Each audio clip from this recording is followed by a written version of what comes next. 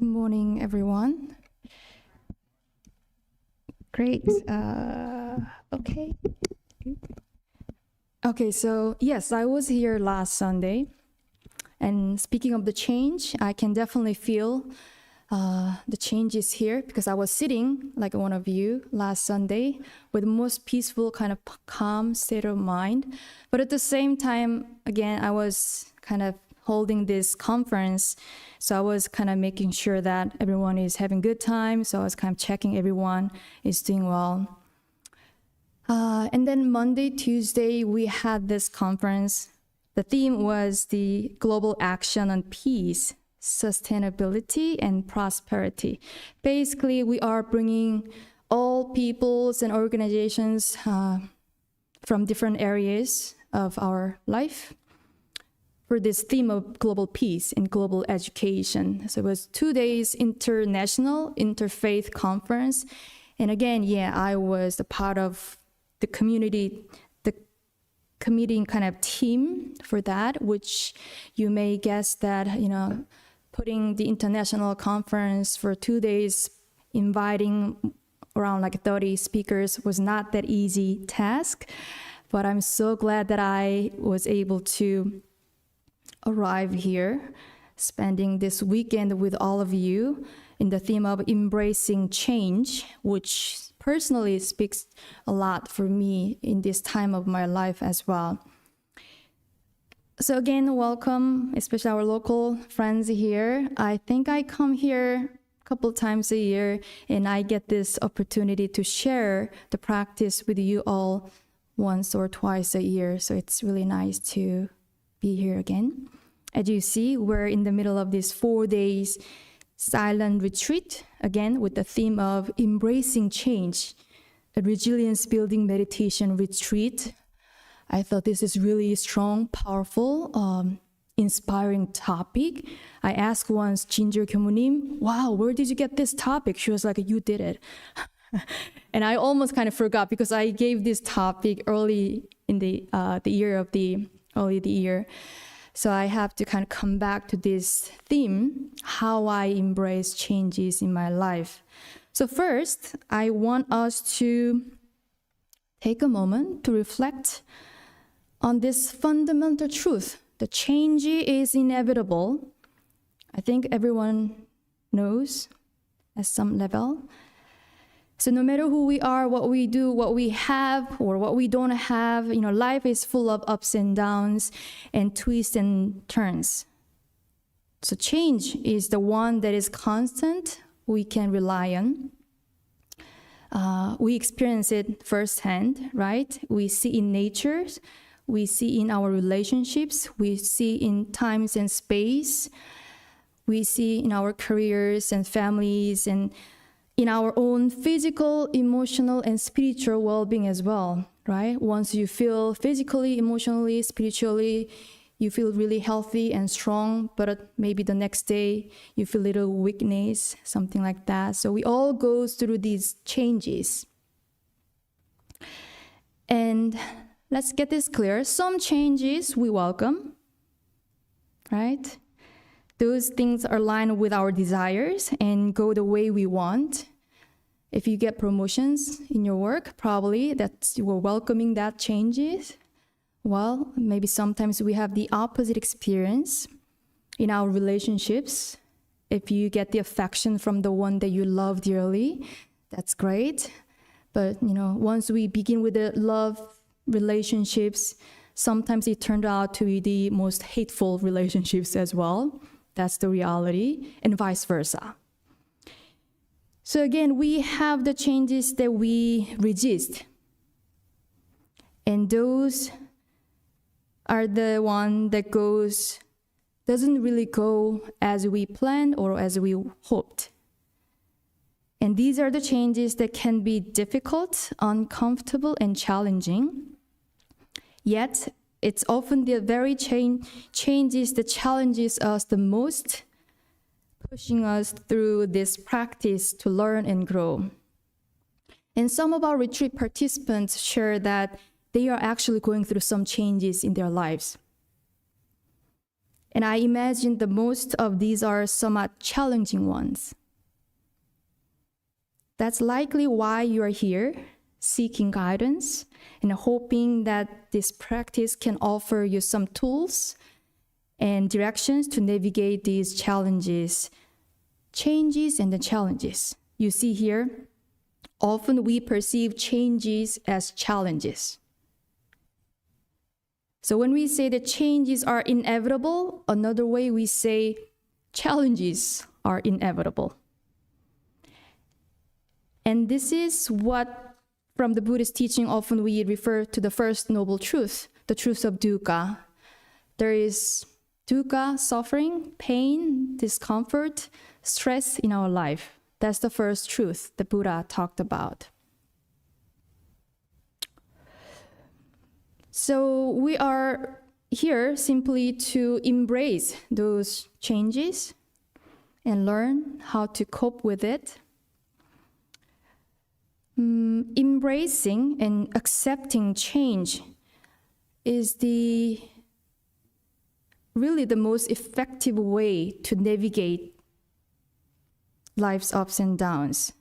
But for some reason, whether it's out of delusion most of the time, out of fear, many of us choose to resist or avoid these challenges and changes in our life. And often this resisting and avoiding results in unnecessary stress, frustration, and sense of being stuck.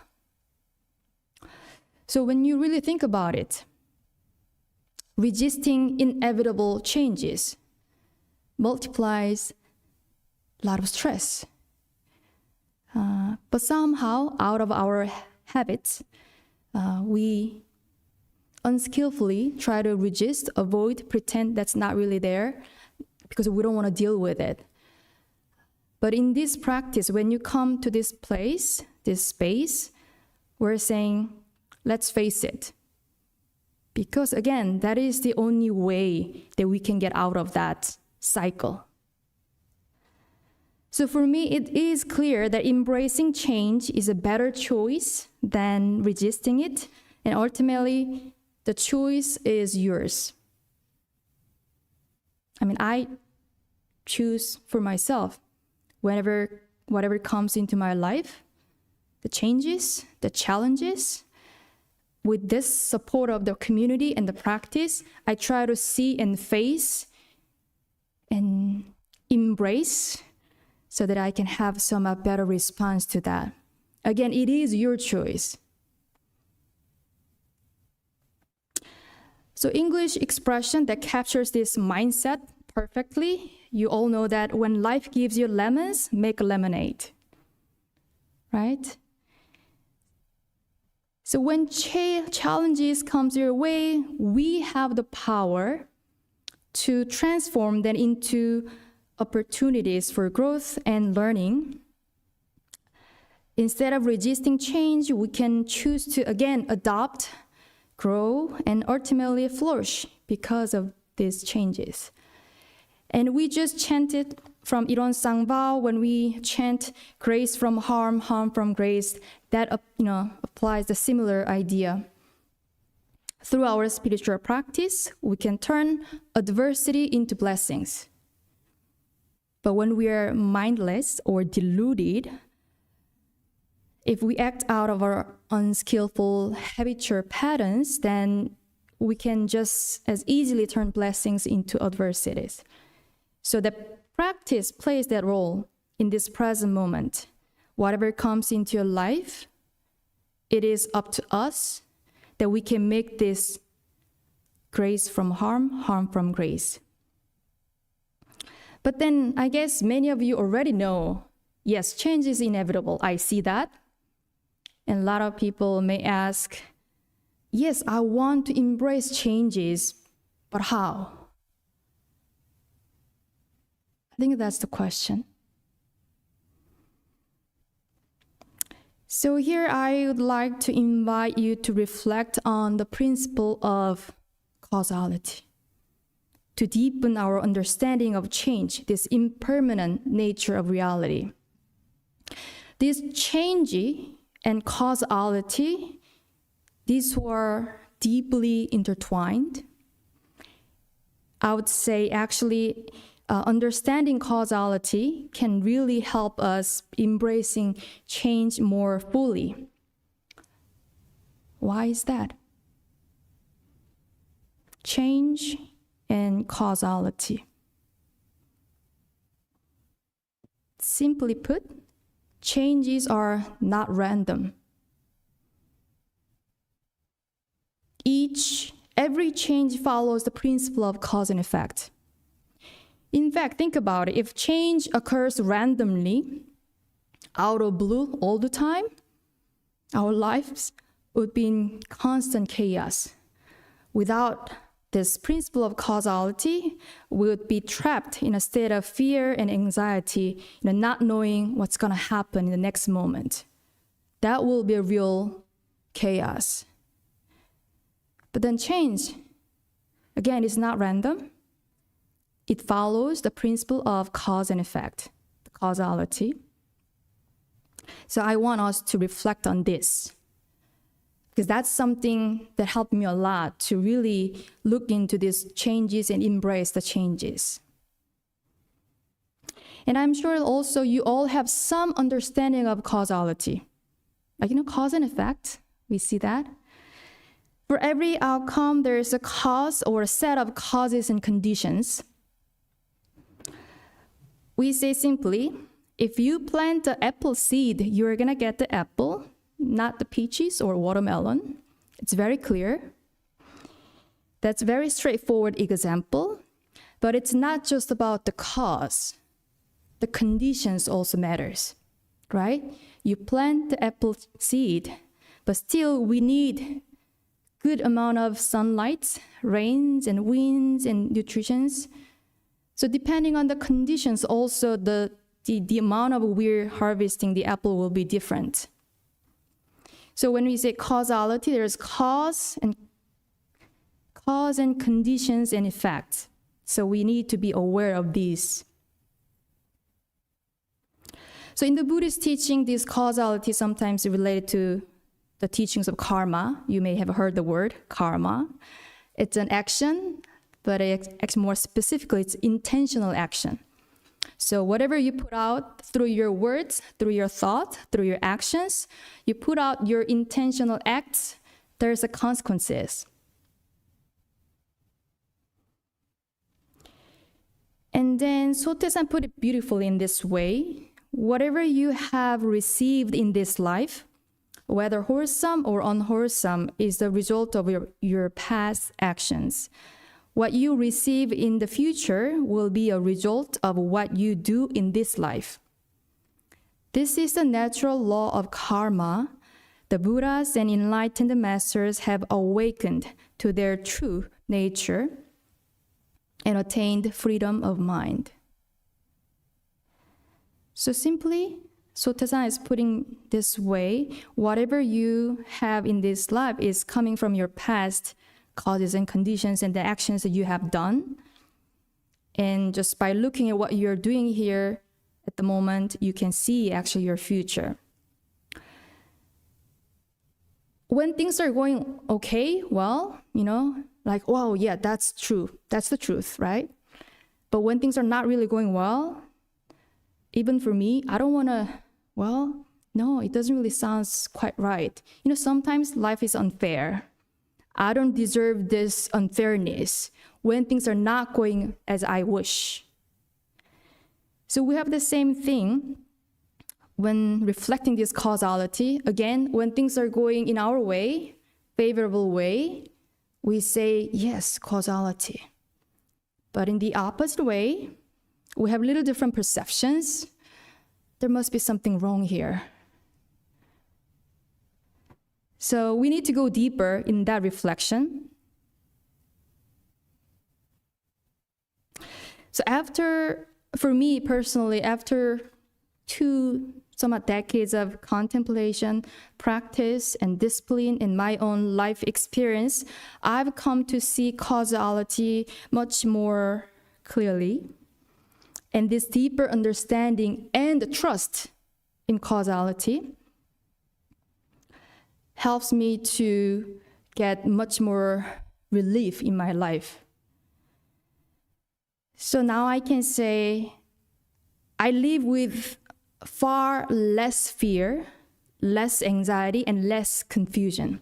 I'm not saying I'm living this life with no fear, no anxiety. I do have fears and anxieties at times, but it's much less because of this understanding and because of this trust in the principle of causality. So having the right understanding of causality is crucial. And we need to kind of see and identify the correct causes for the desired effect. And we need to have the clear understanding what comes from where and what this is all about. But when we think about this, some causalities are somewhat clear. It's very obvious. And somewhat it happens immediately. You know, you give a nice smile to your neighbors. Probably most of the time they will give us the smile back. But when you think about you do something for your spiritual or your personal growth, then you make effort. Maybe 5 minutes everyday mindfulness practice. Maybe you exercise a little bit every day, but the result will come much later. It's not like one day you change your life with your one sitting meditation practice. So it depends on, you know, the work. Some causalities are very clear and looking really in a short term, you can see the result, but some are not. So we have these both short-term and long-term causalities. So we can take the health as an example. You know, we often hear it's very ideal. Everybody hears that you eat healthy, exercise, sleep well. That's overall make your good health.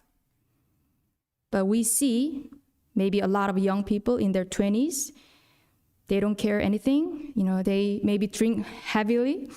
They oversleep, overeat. They don't really do exercise at all, but still they feel de-energized. They feel fine and energized. Does that mean their unhealthy habits have no impact? Maybe in their 20s, lucky for them, but it's coming, right? We all know that it's coming. So again, everything has the consequences. So just because we don't see this immediate result doesn't mean causality is not at play.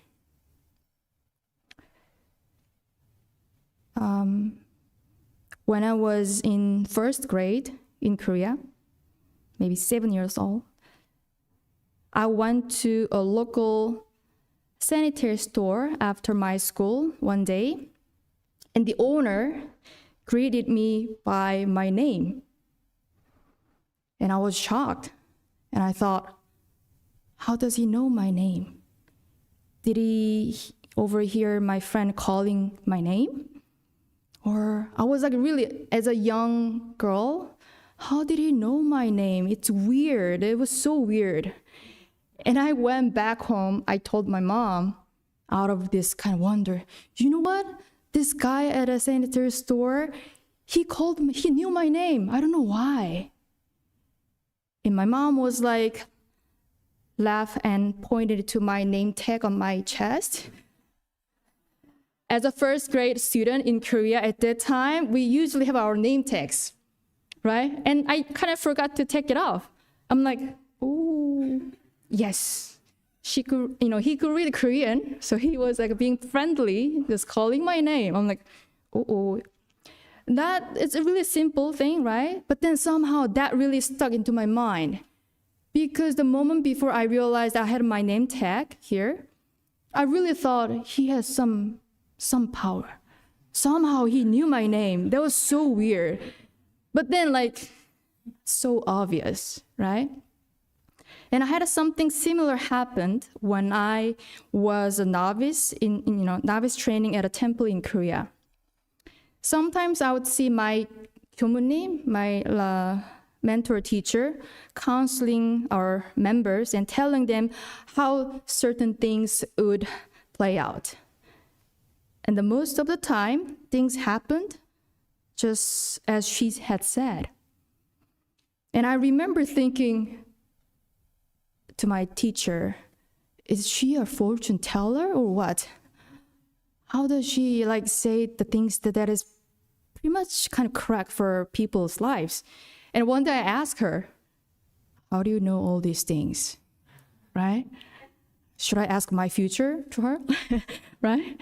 But then she was very simple, she was like, if you just see people's action, this present moment, you can usually tell what's likely to happen next. And because of this causality, you can see the result based on how a person speaks, acts, and thinks. So when I heard that, of course, I've been listening and hearing a lot of Dharma talks about this causality. That makes sense. And indeed, now I see that. And I have the same experience with just like my teacher. Whenever I have some conversation with our members, usually, when often people come and out of anxiety and not knowing what to do, people worry about their future. And I'm like one having a cup of tea and saying, don't worry, things gonna be okay. But then often they take it, oh, she's just saying that, it has no meanings. But no, you know why? Because I know this person is diligent. This person is doing all the hard work. That's why I can say, you don't really need to worry about your future because I see you are doing your best. Well, it's not going to be technically happen everything for their favorite ways, but in principle, we see that. So the famous Buddhist words from the Dharmapada, speak or act with a corrupted mind and suffering follows, as the wagon wheel follows the hoof of the ox. Speak or act with a peaceful mind and happiness follows like a never departing shadow. This simple teaching, a lot of teachers says the same thing. Our second Dharma master would say, put it this way, if the mind is, Sotya-san, our founding teacher, if the mind is wholesome, everything wholesome arises along with it. If the mind is unwholesome, everything unwholesome arises along with it. So if we see how this changes, and when we see the change, if we can see the underlying principle of causality, we may get some directions for that. So a lot of people ask, how do I embrace changes? Probably we need to take some time to reflect on this causality. And in order for us to see this, first, we need to settle our mind, clear our mind, so that we can have a clear view. And this retreat is maybe the way. It's giving us that space for us to see that clearly.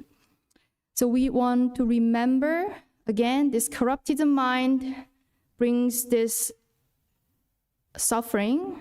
Peaceful mind brings the happiness, not the other way around. So let's get clear this. And the reason we can cope with the constant changes in life is, again, nothing is random. This change happens with this underlying principle of causality.